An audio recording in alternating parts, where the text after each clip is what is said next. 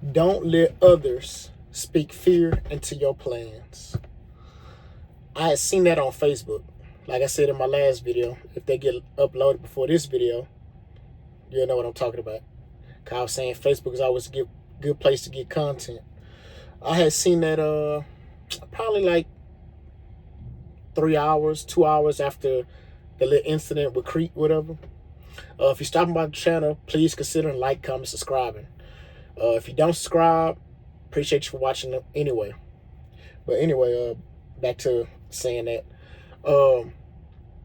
You know what I'm saying? Don't let others speak fear into your plans. And what that means is, it's obvious what I'm saying. You know, like, oh, I plan on getting a house. Well, when you get a house, you got to worry about this, worry about that. You know what I'm saying? You got to worry about paying a mortgage. You got to worry about fixing everything in the house. And I plan on buying me a truck. You know what I'm saying? I ain't going to buy it cash. I'm going to buy it on payments. Yeah, you're going to have a high overhead and the truck going to break down, but you still got to pay that payment. You still got to keep going to work.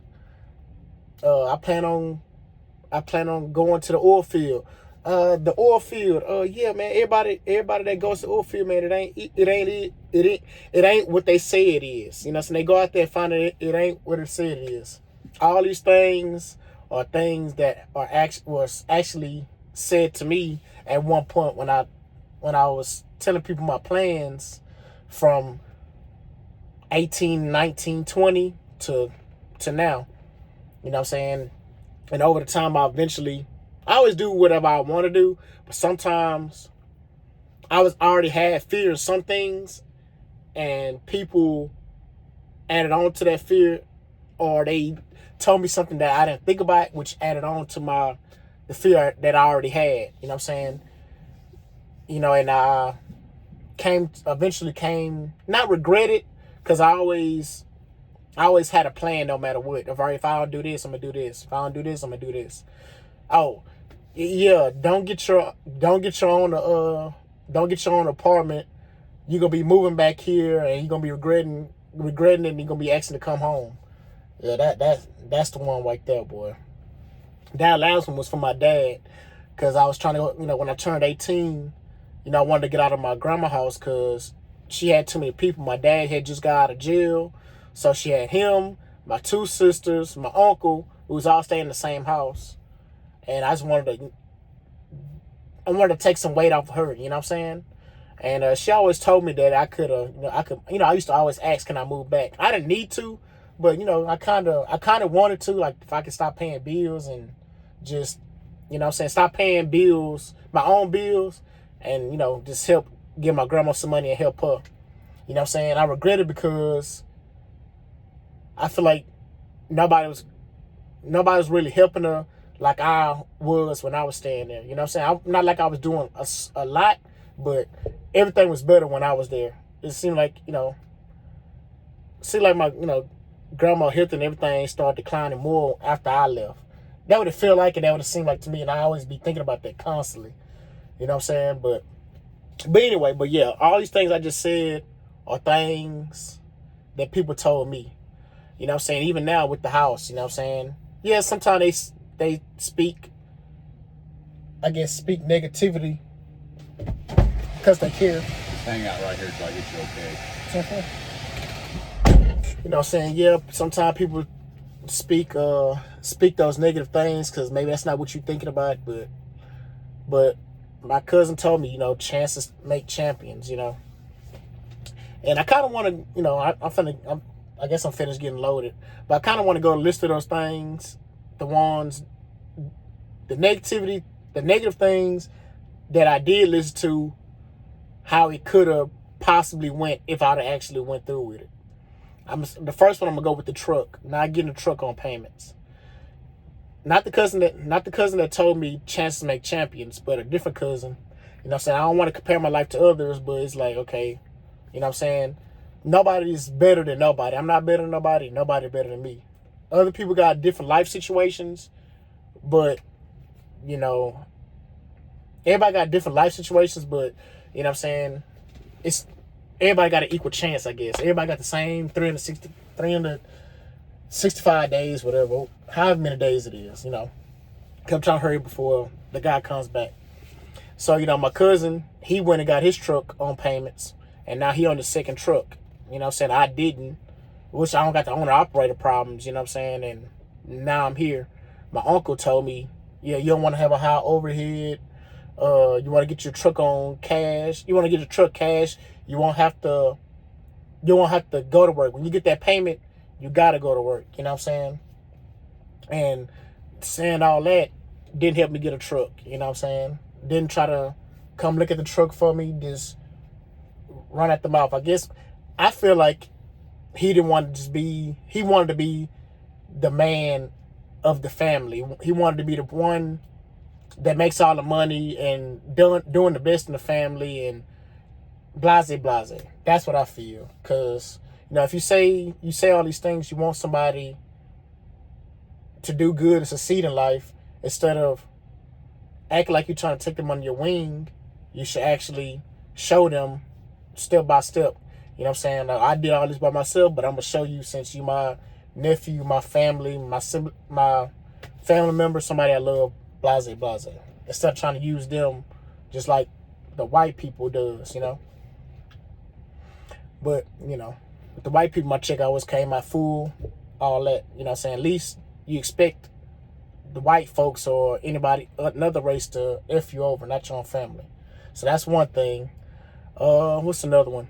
The apartment thing. I never moved back. I never had to move back. I love proof, and then another thing, I love proving people wrong. Whenever I hear or somebody say something that I can't do something, I try to make sure I prove them wrong. The only thing I haven't been able to prove wrong yet is getting my own truck. Because right now life is going good. So I'm like, man, I kind of want to stay doing my own thing right now. But if that time comes, I'll definitely do it again if it's in the budget and it makes sense. But as I said in previous videos, if you watched them, that I'm trying to transition out of truck driving, especially now with this happening. Like, man, it's like you never know what's going to happen with truck driving. Like an old school told me when I first started driving, truck driving is like a dice roll. Because he was experienced and he ended up rolling back and hitting me, when I was working at Schneider. I honked the horn, made sure to let him know, and he still hit me. And he came out here like, man, truck driving like a dice roll, It wasn't that serious, but,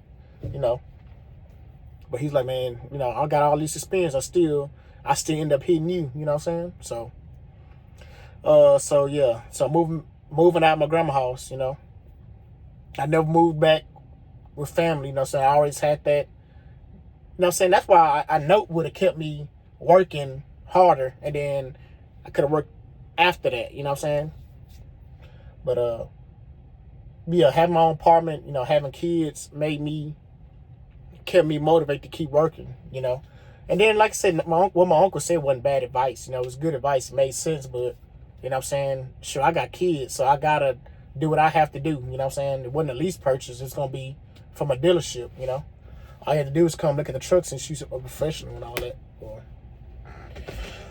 So that was the second thing. That was my dad. Proved him wrong, as always. What's another one? I was saying all this stuff. Oh yeah, another one was stock market. When we got them stimulus checks back in whenever we got them, I was telling people like, yeah. Well, I told my cousin. I think my son's grandpa, not my dad, but his mom's dad. I told him, they was like, be careful with that stock market, blase. I made some good money in the stock market, man.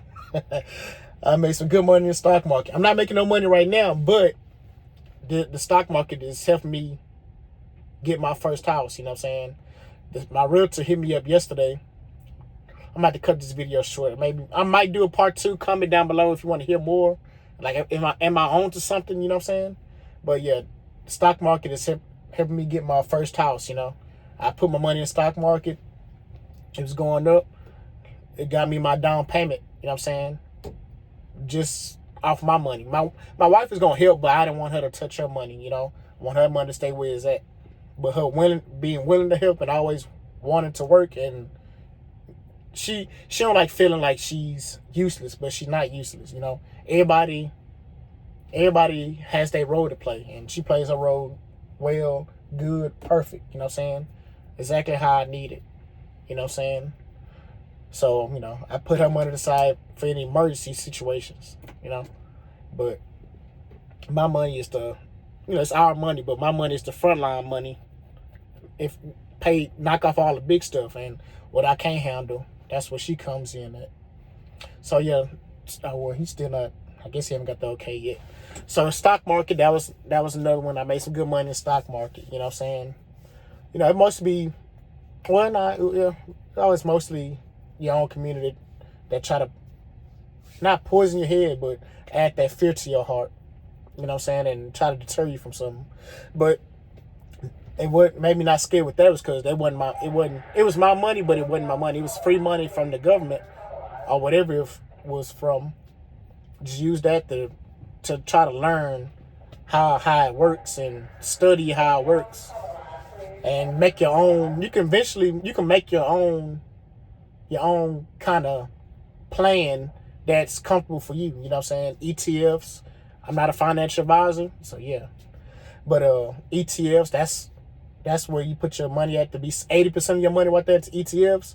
Your other 20% you can play around with it and figure it out. Okay. Thanks for watching. Please consider like, comment, subscribing.